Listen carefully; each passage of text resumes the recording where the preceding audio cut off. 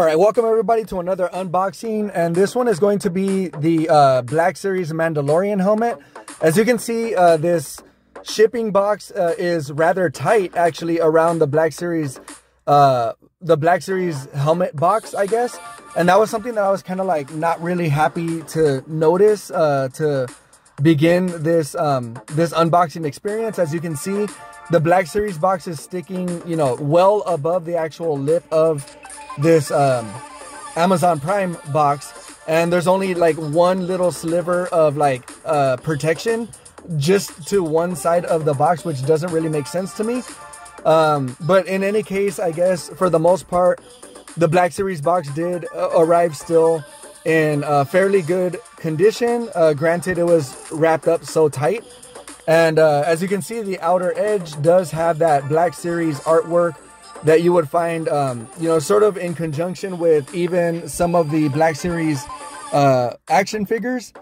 And so that's definitely like a cool thing to keep on the shelf if you so choose to. Now, tilting the box upward, you can see there's like maybe 6 slabs of tape here to cut through and you know, reveal the actual product inside. But one thing that I wasn't really too happy to find out was there was an additional slit here to the side that might have actually taken place in the factory when it was trading, you know, different containers, I guess, or being put in different boxes. And so that might have happened on accident. But in any case, the inside stuffing did a fairly, you know, good job in protecting the actual helmet itself, which ultimately that's what matters the most. So lifting this these wedges out of the way and this little tab here, the first thing that I'm actually going to go ahead and pull out is the actual paperwork, which looks like it was sort of violently crumbled up in somebody's fist and just shoved in the box.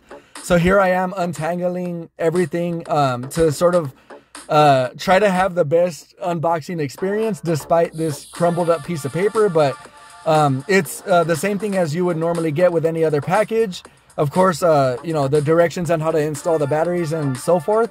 In addition to that, the first actual piece that is the accessory to the helmet is wrapped up in a little tissue paper envelope kind of thing and a little slab of tape. But that seems to be enough to protect this little lamp piece that snaps on, you know, in the place of the earpiece. And in addition to that, you can see additional wedges are placed in a sort of a cross form to protect the helmet. But removing the actual helmet, like lifting it up and out of the packaging, it's wedged in there pretty tight. But of course, like freeing that from the box, one of the jarring things that I actually did notice was that there's pretty much only tissue paper between this helmet and the rest of the cardboard box. So I'm surprised that it actually didn't get scuffed up at all, really. So again, this material seems to be just enough to suffice to protect the actual material, given how brilliant the finish is from this helmet.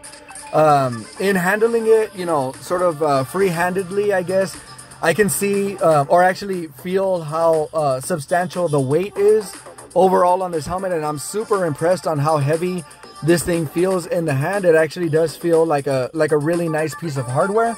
And of course, looking on the inside, there's the same sort of hard hat padding that you would get behind the neck, as well as that hard hat netting on the top of the helmet. And of course, I'm going to go ahead and adjust that to the widest width that it can adjust to. And looking on the inside, you can see that there's the same tilt action that you would get on the Boba Fett helmet. So it's very similar in that build on the interior. And of course, there's the same removable pieces that are on the earpieces. The only difference being that the Mandalorian helmet has this lamp portion versus the Boba Fett one having its what I like to call the antenna piece. Of course, like that's like the viewfinder for the that like the aiming, you know, sniper sort of little attachment.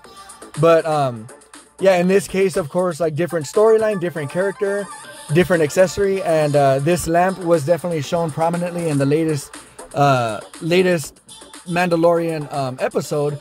activated by that button there on that sideburn, or that like underneath portion of the helmet. And of course, removing this accessory, you still have to get through to the second piece, which is the sideburn itself.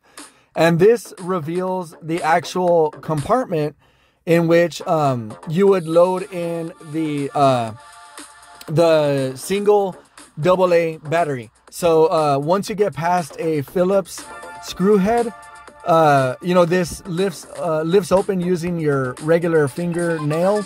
And again, this uses a AA battery, as the Boba Fett helmet uses a AAA battery.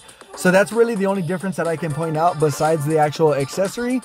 But as you can see, tilting this helmet off to its side sets off the red LEDs on the interior of the helmet. And that kind of is a little bit of fan service to the idea that the Mandalorian helmet isn't to be taken off once it is worn. I guess as per the creed of the Mandalorian, I guess. So it's a little bit of fan service there, in addition to this side button that would activate and deactivate the headlamp once that is in place. You can see, you know, a very visible and very nicely done mohawk, in addition to the side portions of this helmet is actually also well done. For the back vents and everything that are also consistent in the Boba Fett helmet. Really, the only noticeable difference is that the Mandalorian helmet is a tiny bit more narrow in its build, as the front portion of the helmet seems to be like a little bit more sharp, I guess, for that that chin area. But again, a fully functioning lamp. You know, it's definitely a nice presentation here.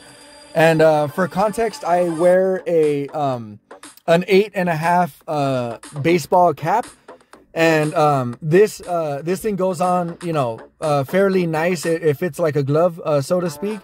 And again, this is with that interior fully adjusted to the maximum width that it can go to as far as that hard hat fixture. And again, you know, reactivating the lamp on the side, you can see that there's plenty of brightness for the user to have fun with, maybe at night, or even, you know, given at like a Halloween party or something. That'll be a cool feature to play with.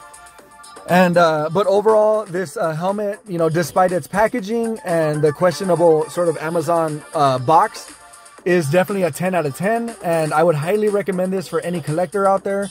Definitely check this out for yourself. It is definitely a must to add to your collection, and I couldn't recommend it anymore. So check it out.